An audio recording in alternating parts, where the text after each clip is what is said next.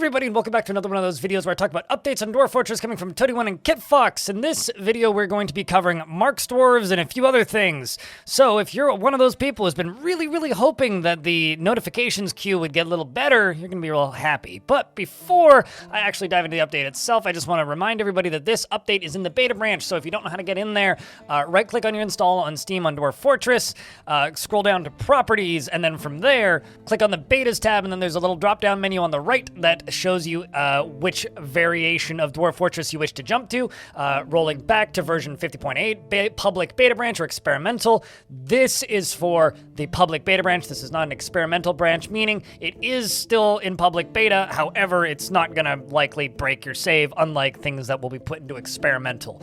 That being said, I had no issues today streaming it for the entirety of the day. It was like a 10-hour stream.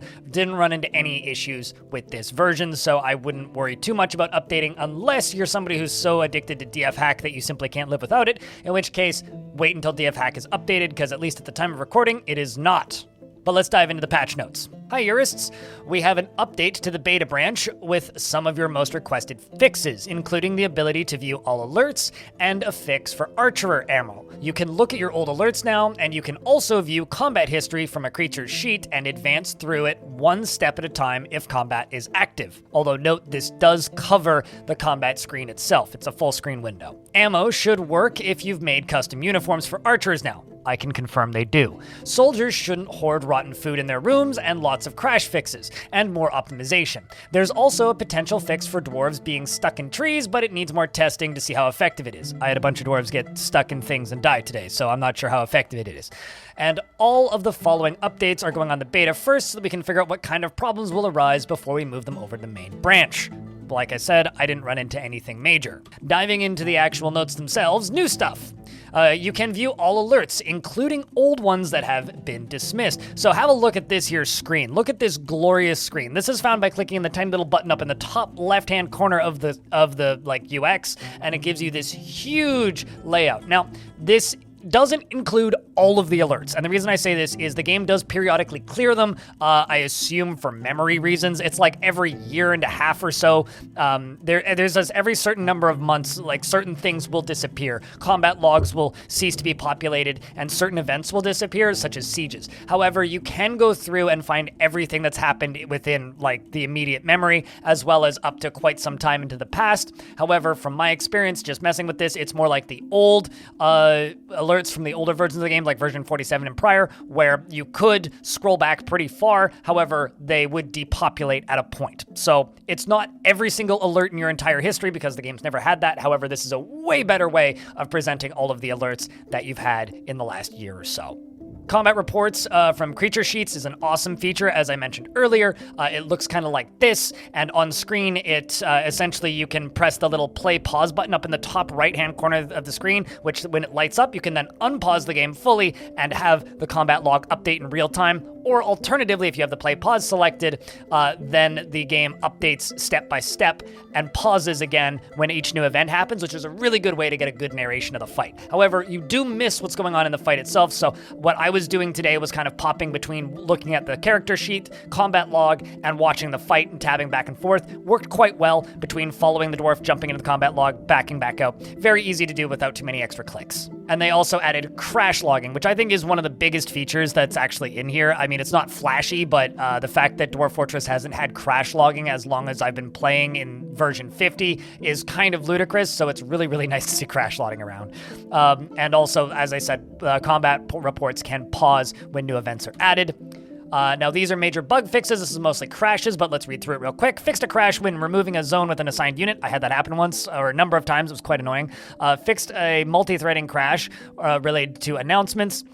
Fixed a potential crash issue with Monarch Arrival and made them provide more wagons properly, so you're not going to stop getting wagons now when you get your Monarch, finally, hopefully.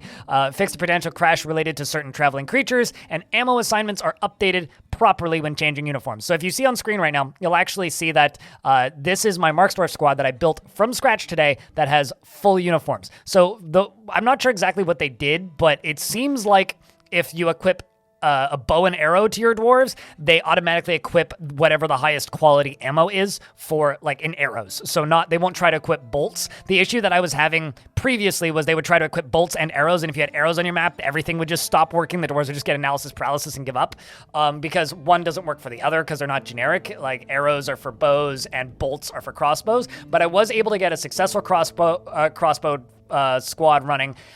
They do still have the old AI, so if you've played previously, just make sure that they have no way of getting to the enemy soldiers, or they will try and use their crossbows as clubs instead of going and getting more ammunition. Oh, look at this, they're working. Check this out. He's firing bolts.